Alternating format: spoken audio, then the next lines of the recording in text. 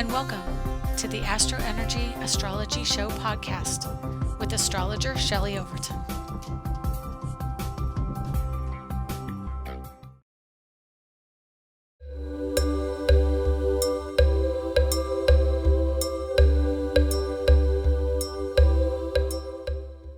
Hi, this is Shelley. If you would like to learn more about astrology, check out Learn Astrology, an ebook digital download online at angeliczodiac.com. Welcome to the June 17th, 2021 edition of the AstroEnergyAstrology Show podcast with me, your astrologer, Shelley Overton. I want to welcome you this week. We've got a lot to talk about, as per usual. I'm just going to reduce the size of the screen so I'm not looking at a giant picture of myself. Okay, we're going to kind of move that over. And what we're going to do first is go over the nose itch first has to take precedence. We're going to go over what's happening this week so that I can get on to a little bit more in-depth astrological reading that I wanted to do of some topics. So today's the 17th, like I said, which is Thursday. And the moon is in Virgo today, which is my sign. Let me look real quick. It's at 20 degrees, so it's past all my planets. Yay. But it's interacting with a few others. And so what it's doing, let's see, we are in the afternoon. So right now it's opposing Neptune. And an opposition you can see in the chart, an opposition to Neptune means that there can be healing going on. Neptune is an all-encompassing, embracing kind of, if you're familiar with agape love, it means unconditional, completely embracing and loving energy. So I'm just going to real quick pause this because I want to make sure. It shows that you're hearing me, but I want to double check. Okay, so we're all good. Sound is A-okay. Okay. Anyway, Neptune is 23 degrees of Pisces, and the moon is at 20 degrees of Pisces today. And so it's going to be kind of an embracing. The moon in Virgo means that we're in our minds and we're analytical and we may be critical, but we're also concerned about the welfare of others. And we are really good in our teacher mindset. And so Neptune kind of tunes out to those practical, pragmatic ways of being and is more in the ephemeral ethers. That's ephemeral, ethers. So we're up in, like I was going to say woo-woo, but I know that term is kind of used to death, honestly. We are ethereal. We are letting information come to us through our emotions.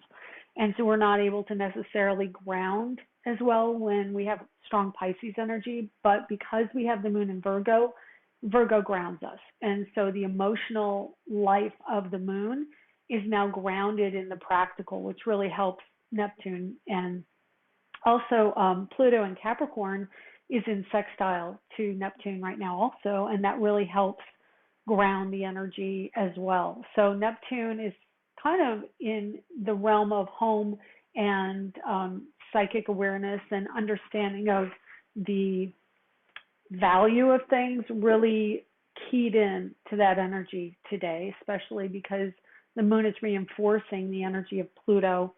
And then we have 13-degree Uranus in Taurus. Now that is kind of bringing the energy from the mental groundedness up into mental air. And so it's not as grounded, even though Uranus is the air, Taurus is grounding. But what I'm finding right now, definitely really strong energy coming in around chemicals and the interaction of chemicals in the body. Yesterday, this is one of the things I want to touch on. Yesterday, which is Wednesday the 16th, we found out, or at least I found out, maybe it happened the day before that, but this week we found out that they have PFAs, which is a type of chemical in makeup, and it covers almost half of the popular brands of makeup that have this in it. So to cut to the chase, it's basically Teflon, but they call it a forever chemical, which means it doesn't break down naturally. And so what happens is we use it in mascara. It's in waterproof makeup. It's been linked to cancer, birth defects, liver disease, thyroid disease, hormone discrepancies, which is a thyroid issue, and then a range of other serious health issues. So the research has just come out about this, and it doesn't surprise me whatsoever. I've already known this. They're using chemicals in mascara now. They've never announced it, but of course, when they found out that they could put these serums in mascara and lashes would grow longer. I mean, I've never actively sought mascara that did that. I just want to, have my lashes more noticeable.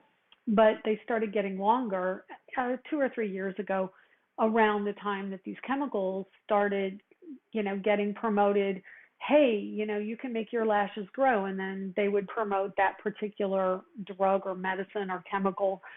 And then it started showing up in, in other words, I started using mascara. I started noticing my lashes were getting longer. And I think that it just goes without saying that if you have a company promoting mascara that wants lashes to be longer, and they come up with something that they could put in that mascara to make that happen, they're going to buy that technology or that chemical or that substance to enhance their makeup. They're not telling us about it. So now Uranus, the enlightening planet, is in Taurus, which rules makeup and beauty. It's a Venusian energy. It's how we appear to everyone else. It's the Venus-ruled sign, so it's going to enhance beauty.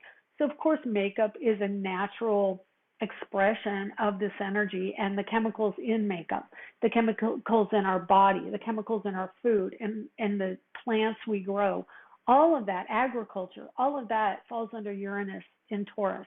It is also an energy of storms, and lately we've been having a lot of storms, but of course Uranus is coming into an exact square with Saturn in Aquarius, the sign that Uranus rules. So Saturn being earth and materiality, the ground, it can also rule what we do with the systems of the earth. This square is a really strong proponent of bringing something out that we have to change, because a square will do that in astrology. A square is that friction of no, something has to adjust. And so we're seeing that, and it's coming into an exact, let me think, I think it actually already went exact. Yeah, it was already exact, but it is, I think it was Monday, but it brought out this very strong awareness of the chemicals that can harm people. And Uranus is also a humanitarian planet. So, and ergo Aquarius is a humanitarian sign. It wants to do what's right and good for the collective. So I find that really interesting. The other thing I found this week was benzene. At least I heard it this week. I don't know how long it's been out as a news story, but benzene in sunscreens, which is, I believe, a chemical associated with petroleum and, lighter fluid, if I'm not mistaken. You can correct me in comments. I welcome comments. I want to be out there in the public and connect to you so much that you want to comment. So please do comment. Anyway, benzene and sunscreens. And of course, I spent last week with my son, and he's like, I'm really good about sunscreens and hats. I'm like, that's great, because we have a history in our family of skin cancer, being down here in Florida. And so I want to make sure that my kids are protected and that I'm protected. But now we've got this chemical in sunscreens. Doesn't surprise me. I mean, all of these lotions and potions that we interact with on a daily basis, I mean, they're Teflons in our pans that we cook with. I mean, how could you not be aware of that? It's a time of awakening of how these things affect us on a day-to-day basis. And quite honestly, 30 years of moving away politically from protection. I think consumer protection has tanked in this country. And now I think that some of these things are starting to come out. And I would hope that with the youth of today, the Aquarian-ruled youth, born at the turn of the millennium, they're adults now. They're starting to be aware of these things. They are a chemically aware generation. So I think that that's just going to keep getting stronger in society. Anyway, that was only Thursday. Now I've got the rest of the week.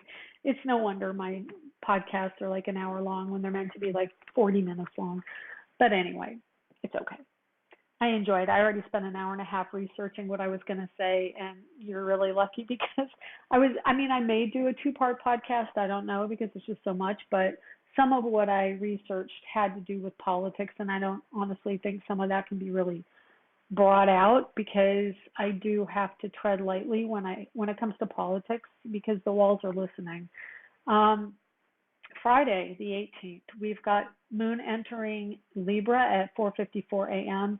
at 1:54 a.m. Pacific, 4:54 Eastern. And then immediately at 8:41 a.m., there's an inconjunct to Jupiter. There's a sextile to Mars in Leo, which is actually good. The inconjunct to Jupiter is going to be a little bit difficult, so it is going to be about balance. It's going to be about how we interact on a larger scale with people of other cultures and other skin colors, because that is what Jupiter is about, and it's in Pisces. So remember, Jupiter's at early degrees Pisces. It connects us to the liquids of the body, any of them. It could be, hormone liquids, anything with the, ears and nose and just body, blood. But usually Aries rules blood, but it is a liquid of the body. So, you're going to have some connection. And of course, Jupiter is getting ready to retrograde in 3 days on Sunday, the 20th. So whenever you listen to this, know that Sunday is going to be the day Jupiter retrograde. So you can do the math as to how that affects you in how many days it is. But it's about balance and cooperation being needed. Libra is the diplomat of the zodiac, so Moon entering Libra, it's going to be more of a focus on balance. And it's also a sextile to Mars at 12:32 p.m. Eastern, 9:32 a.m. Pacific. And the sextile to Mars is a good thing. It means that there is cooperation. So Mars in Leo really wants to connect to another person. It's the relating sign. And then, of course, Libra is balancing between two people. So it's a really, really good day for cooperation. I don't think the G7 is still going on, but boy, this week would have been a really good week, or at least starting Friday would have been awesome for that.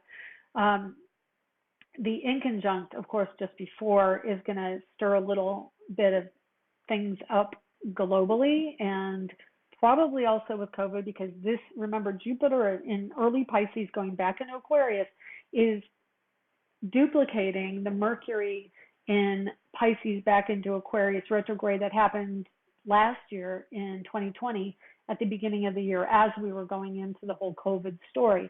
With Jupiter retrograding on Sunday, I absolutely believe that we're going to have a reiteration of that energy. And because Jupiter connects to transition and transformation, it's going to be very pointedly connected to COVID. I mean, just the month of July is a really strong month for kind of, honestly, I think it's going to be backing up some of the freedoms, which Jupiter rules freedom. Jupiter and Uranus / Aquarius are both the two most steadfastly freedom-loving, freedom-based planets and signs in the zodiac. So with Jupiter retrograding, we took the masks off. Really, the order came from the CDC the day Jupiter went into Pisces. Now Jupiter is going retrograde. Pisces is the last sign of the zodiac, which rules end of things. Jupiter is transformational and expansive, but backing it up because he's going retrograde. He's going to be like, whoa, wait a minute, maybe a little too fast, which I personally believe it was too fast. I don't feel really truly comfortable, and the square between Uranus and Saturn and Aquarius kind of reinforces those anxiety feelings for those of you who are feeling a little anxious about masks coming off so quickly. I know the freedom is at the center of how people are really excited to have the freedom again, but I just don't think that it's really the right time. I think timing is definitely off for this, and that's intuitive as well as astrological, um, and probably reinforced through astrology. Intuitively, my intuition's reinforced through astrology. Then we have, an opposition to Chiron in Aries with the moon on Friday. So Chiron, especially in Aries, it's going to be difficulty with aggression or male energy or anger, and it could be either gender. Anger is anger.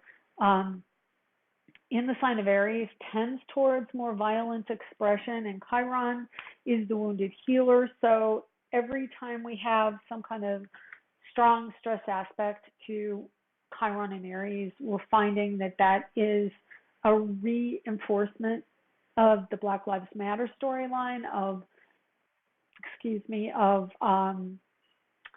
the aggression, guns, police, all of that. So probably Friday is going to be another day of guns and aggression. And if not that, then finding a way to balance this storyline. Honestly, I think that we are kind of coming into a time where we're having to more and more really address the gun issue. And, while I understand it splits people, it's going to be an ongoing story on how we can cooperate, because Libra is always going to be the balance and Aries going to stoke the flames. So we're going to see how that goes. And then on top of it, we've also got Mars, the ruler of Aries, in Leo, and he's in early degree. So it's kind of like diving in to a new realm. And again, Leo rules fire, which is really interesting. In Orlando, we've had the fireworks at Disney World. There haven't been any at Disney properties since last year with COVID. And they've got July 1st or 2nd, I believe, is the day that the fireworks come back. So it'll be really interesting to see, because, of course, Jupiter retrogrades in Pisces and then goes back into Aquarius in, I believe, the end of July. So we've got a little bit of time where he's still in Pisces. So that's floods and flooding. Retrograde means that he's been, of course, let me see, it's June. Middle of May is when he went into Pisces. So he's there from middle of May to middle of July. And maybe a little late, but I'm not going to split hairs over it. I'm not going to look that one up. So yeah, I think it's the 13th. I'm just going to leave it in record as the 13th of July that he goes back into Aquarius. But water, as long as Jupiter's in water, there's some story of water or expansion. And there's another story that I just saw on Instagram about how the heat, and I probably mentioned this, I remember thinking it, and I remember probably mentioning it during the Frozen Texas episode, that was going to get triggered again later in the year when we got to the opposite end of, when the sun went to the opposite position of where it was at that time. And then we had like all the freezing and everything. And then, here we have the heat, just like I expected. And the heat is blowing out the electrical in Texas because it's so hot. Now, of course, we have people using air conditioner units, and the electricity is not able to reach capacity to help them. So air conditioning is getting blown out. And I haven't looked up the story at all, but it's expected. And I did see it on Instagram that they were posting from Texas about this issue. And it was probably a logical thing happening. If you think, okay, they can't handle the electric grid when they need all the heat systems. Of course, in the summer in Texas, when you get to the other side of that story in the seasons, we're going to have extra heat. And of course, now we have Uranus in Taurus, which honestly is kind of a dust bowl drought kind of energy. And also the Gemini energy, because it's air. We've got Mercury there, Sun is still there, and the North Node is still in Gemini. So that storyline with air and earth, we've got 5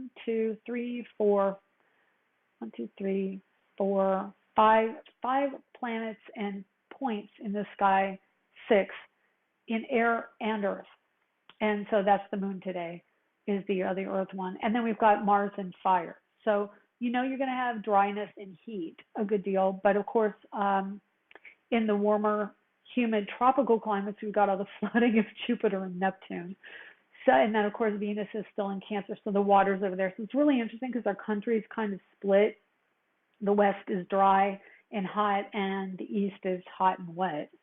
So we've got both going on at this time. So Uranus rules weather, and Jupiter can also affect it. Neptune. So Neptune and Jupiter are together very heavy-hitting planets because they're, well, Jupiter isn't slower moving, but he's enormous, as we've said. He's 1,000 times the size of Earth. So he has a tremendous amount of pull on our gravity, on our ideology, on our thinking, on our bodies. There's the pull wherever he is. And he's in the sign that Neptune, which is a very powerful energy by length of time he has to go through the signs. He's farther out in the solar system, so he's going to have more time to pull on us energetically. And in his own sign, which is water, we have these two heavy hitters pulling on the water side of things. And then we have the other side with Gemini and Mars and Leo pulling on the water, or the air fire.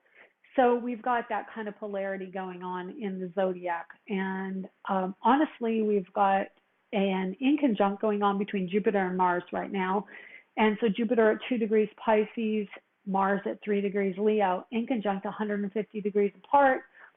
So they're really kind of battling it out for control. So obviously the west side of America is getting hit more so with the Mars Leo energy, and the east side's getting hit with the Pisces Neptune Jupiter energy.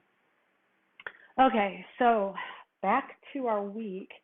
Let's see, where did we stop? I think Friday is balance cooperation. Saturday, storms. I went through, and you can see kind of what I've got for Saturday here, and it's a lot of the moon in Libra in difficult aspects to Saturn, Neptune, Uranus, Venus, Mercury.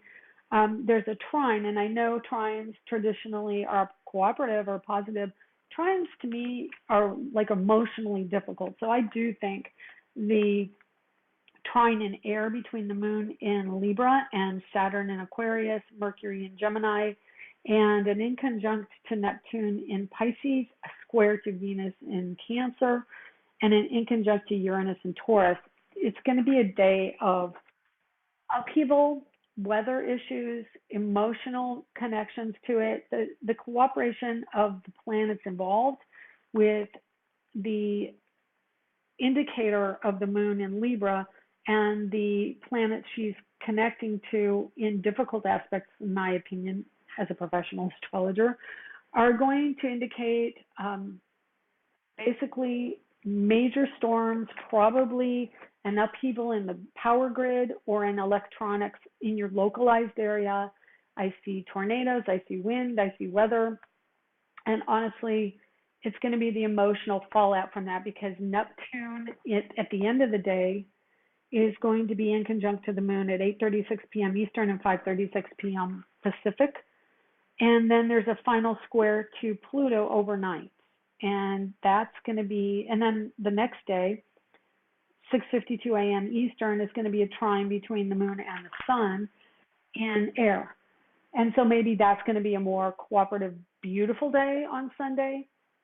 But I really think there's like this storminess coming in. And I looked, before the show, I'm in Florida, and I looked at all of the weather for the rest of the week, and I see storms the rest of the week just here in Florida. Of course, what I'm talking about with the weather astrologically on Saturday is going to be like probably global. I mean, I watched some English podcasts too, and they're talking, and even Denmark, and their weather is coming through pretty strongly the same way here in America is. So I just think that Saturday is going to be a day of storms, and watch the weather prove me wrong. It's going to be a beautiful sunny day. But there's enough conflict going on with squares and inconjuncts. I think it's probably going to be a very big mixed bag of both, that erring on the side of stress. Not looking forward to that. But yeah, definitely windy. And it is the winds of change. So, a lot of changes coming from Saturday with moon in Libra. Sunday. Sunday's Father's Day. Jupiter retrogrades at 11:06 a.m.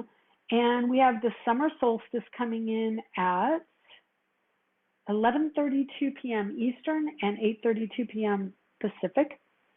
The retrograde of Jupiter, I think I just said that, 11:06 a.m. Eastern. We've got a trine to Jupiter in Pisces at 11:35 a.m. Eastern.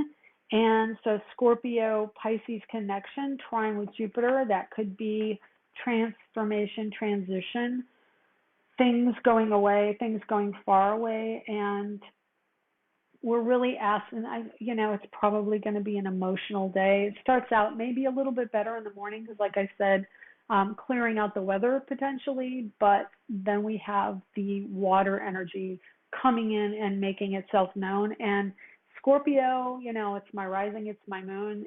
I always feel very strong depths of emotion on the moon in Scorpio. So when we have it, it's kind of like I'm welcoming you into my world. And then, of course, later on in the evening, the sun moves out of Gemini, which is an air, happy, bubbly, into Cancer, which is going to be more home focused. So for me, the weekend just looks a little bit more stressful with the planetary energy is really churning up some emotions and churning up your need to have things stale and stale is kind of a harsh word, but it's kind of like that.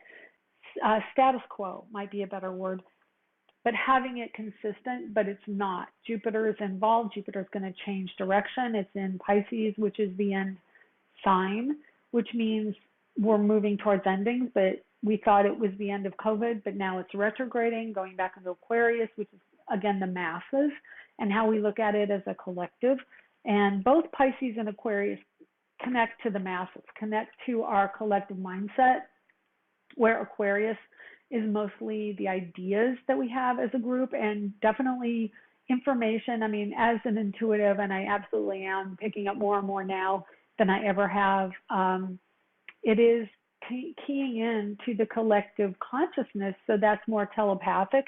I've noticed in the last couple of years that ideas are coming into my mind where I have no actual point, and I have Saturn in Pisces. I have moments in time that I remember what happened. My mind works so that I have events and they're photographed in my mind because that's what Pisces does. It rules photography. And so when an emotional event happens to me, I remember that moment in time. I remember what I was looking at. I remember the colors and the people and the setting. So I have a very kind of photographic way of seeing things in my memory. And so right now, with this energy being split between Aquarius and Pisces, Aquarius will bring in the idea, and my mind works to pick up what that collective mindset has become. And there are a number of different things that have worked their way into the collective mindset. One comes to mind, the word snarky.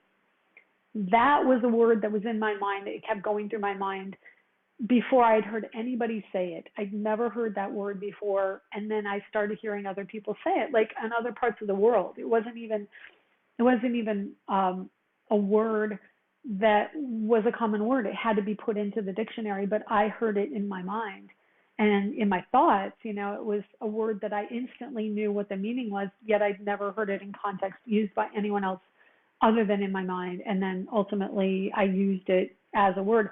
Another word is spoopy. And instead of using the word spooky, the word spoopy comes up. And now I've seen people on YouTube actually put it in the title of their videos, spoopy. So that's the kind of energy that we get from Gemini or air signs or Aquarius, really strongly Aquarius.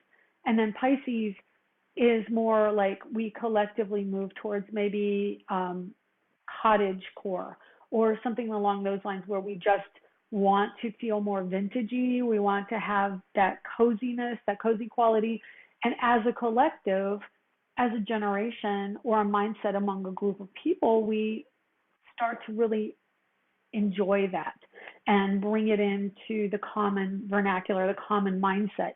So Aquarius, Pisces are really strong times of keying into the collective. So if you've been kind of going, wow, I had this thing come to me, but I don't know where I picked it up. I've never seen it before, but yet there it is in the collective mindset. That's part of what we're going through right now. Okay. Gosh, I know this is going to be a long one again. I'm really trying to get through this. I can't believe how long it's taking.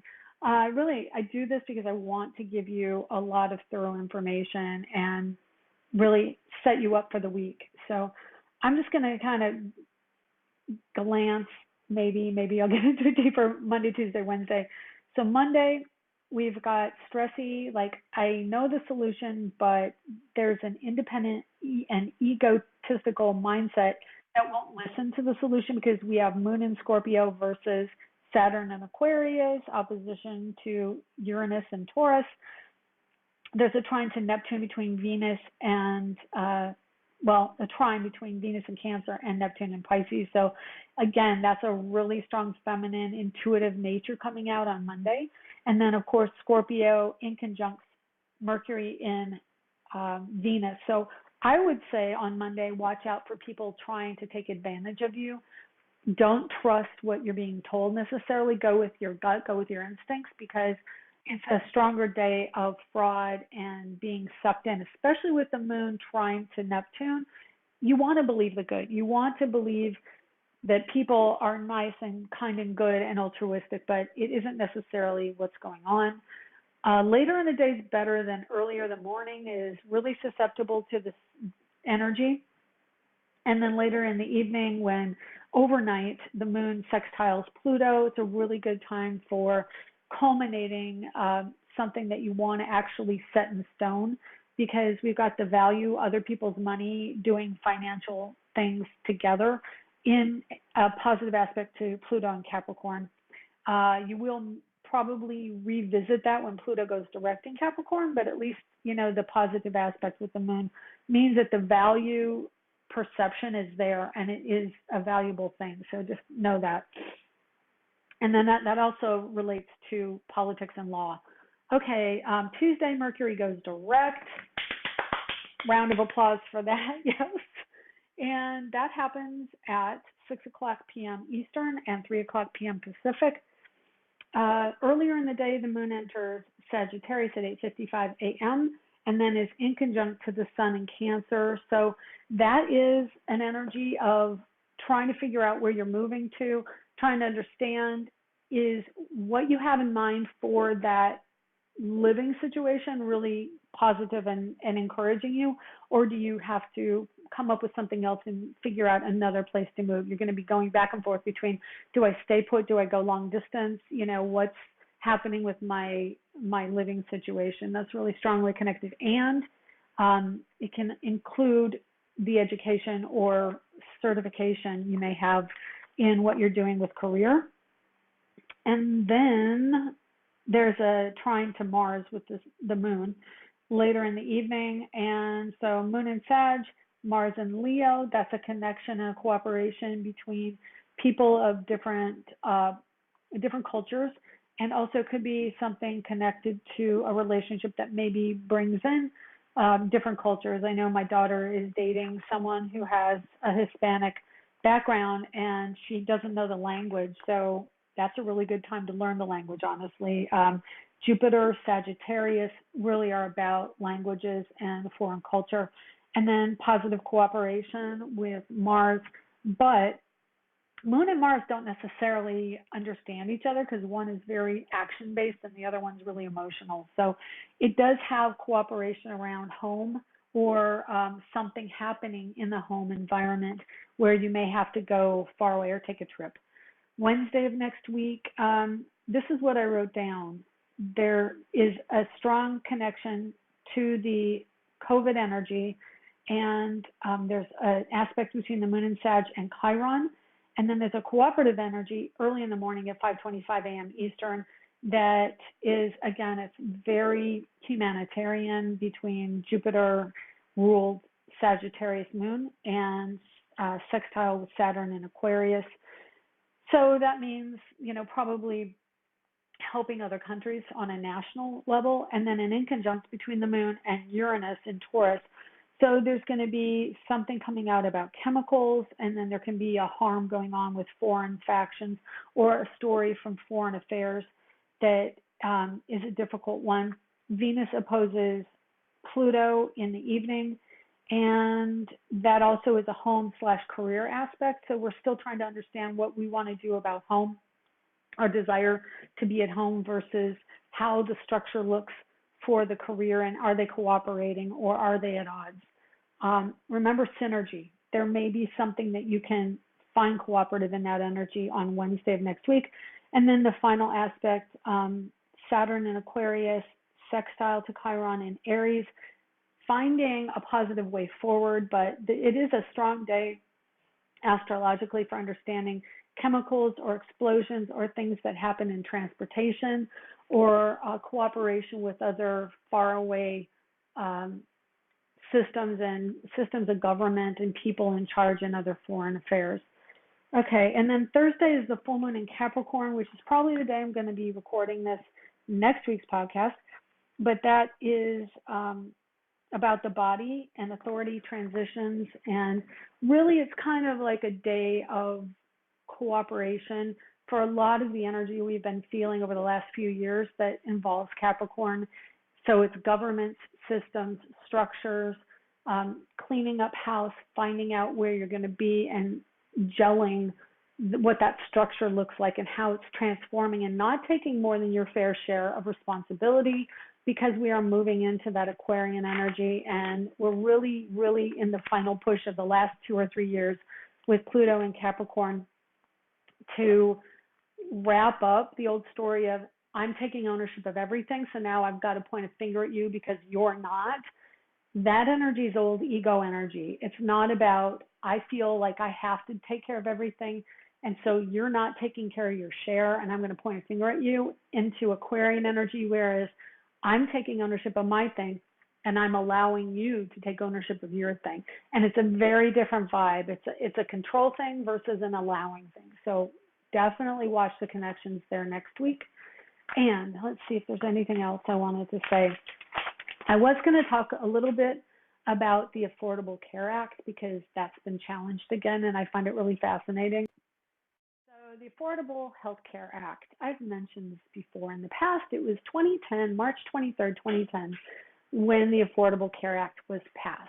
So I'm just going to hop into that and bring up the act itself here. So the act, it was 1:11 p.m., which I made note of when it happened. Pardon me here, I got a little itch in my eyes. I made note of that time because it was such a significant thing on an insurance level, which is ruled by Capricorn and the 8th house of Scorpio. So Scorpio, Pluto, and Saturn. And on that day, we had a 19-degree Cancer rising in Washington at the moment that this was ratified. We have a moon at 6 degrees Cancer, and Pluto was at 5 degrees Capricorn. He was in new territory with Capricorn.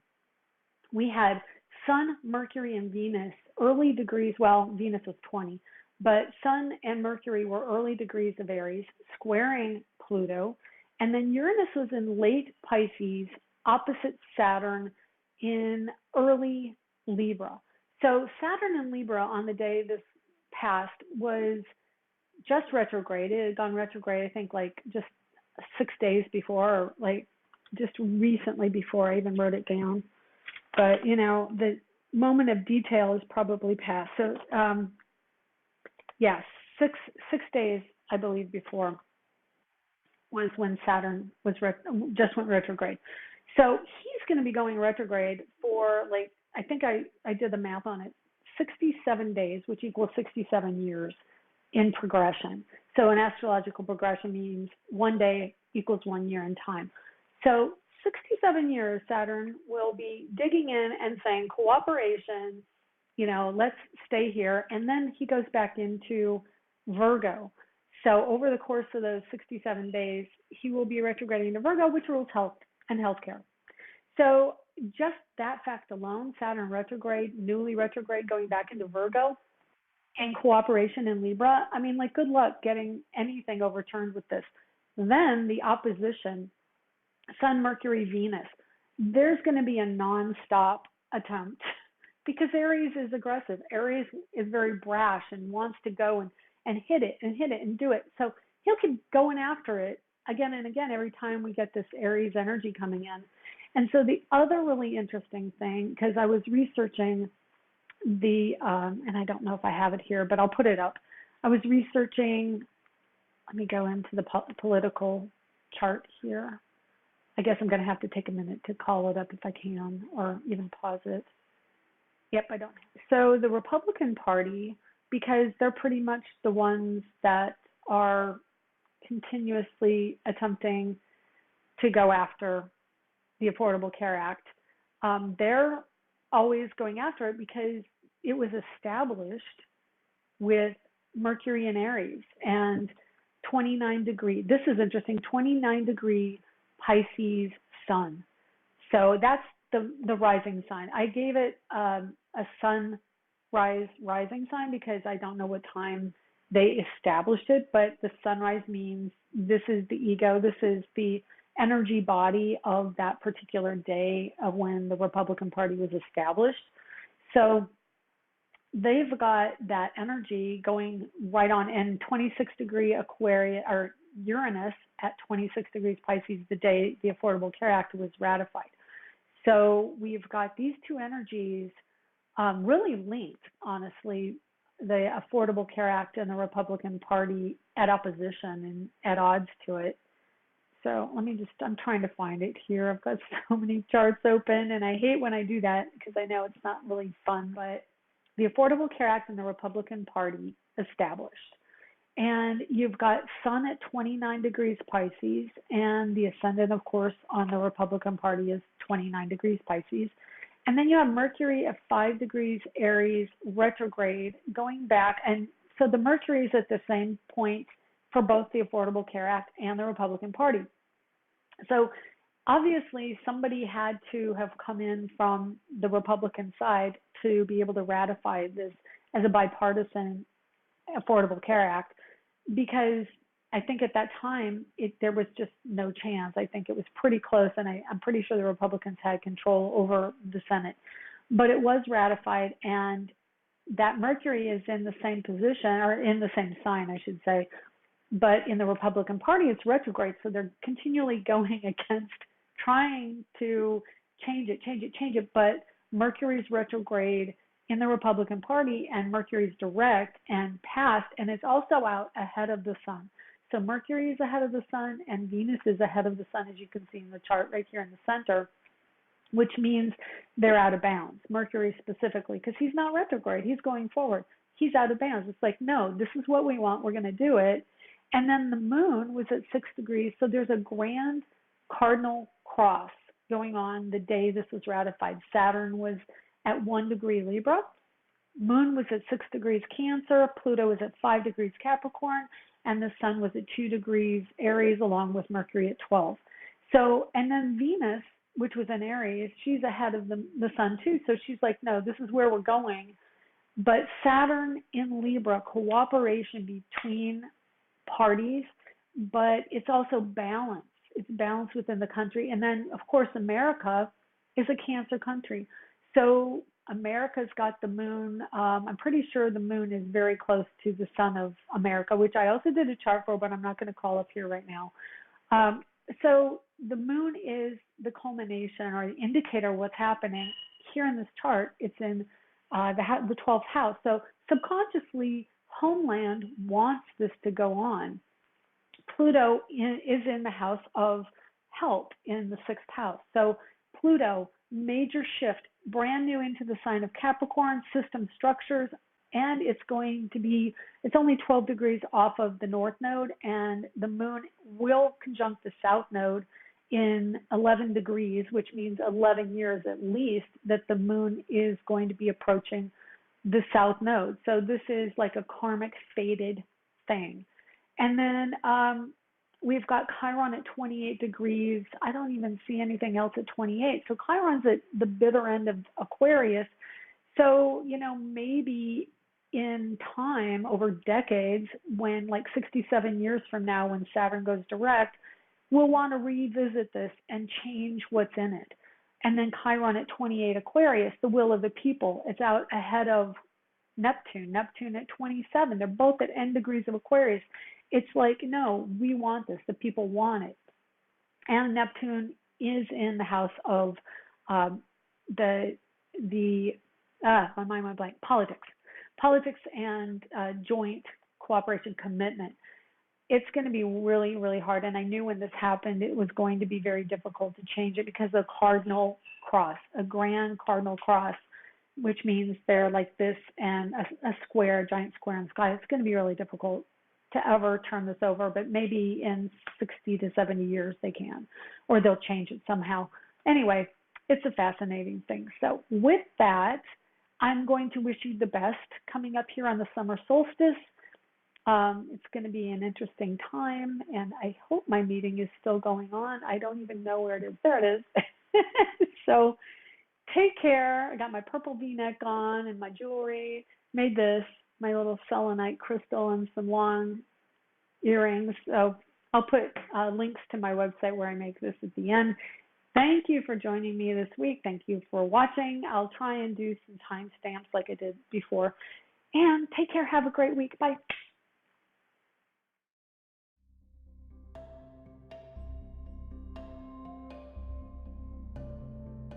Well, check out Angelic Zodiac on Instagram for up-to-date information on events, discounts, blogs and planetary transits at Angelic Zodiac 1 on Instagram. If you would like to see Shelley's art, ShelleyOverton.com, or for astrology art, go to astroart.net. Music provided by Kevin MacLeod at incompetech.com. Other music will be credited within the show. Advice given in the program is intended for entertainment purposes only. Join us here next week for more of the Astro Energy Astrology Show podcast. You can find us on iTunes and Google Play, and where podcasts are accessed.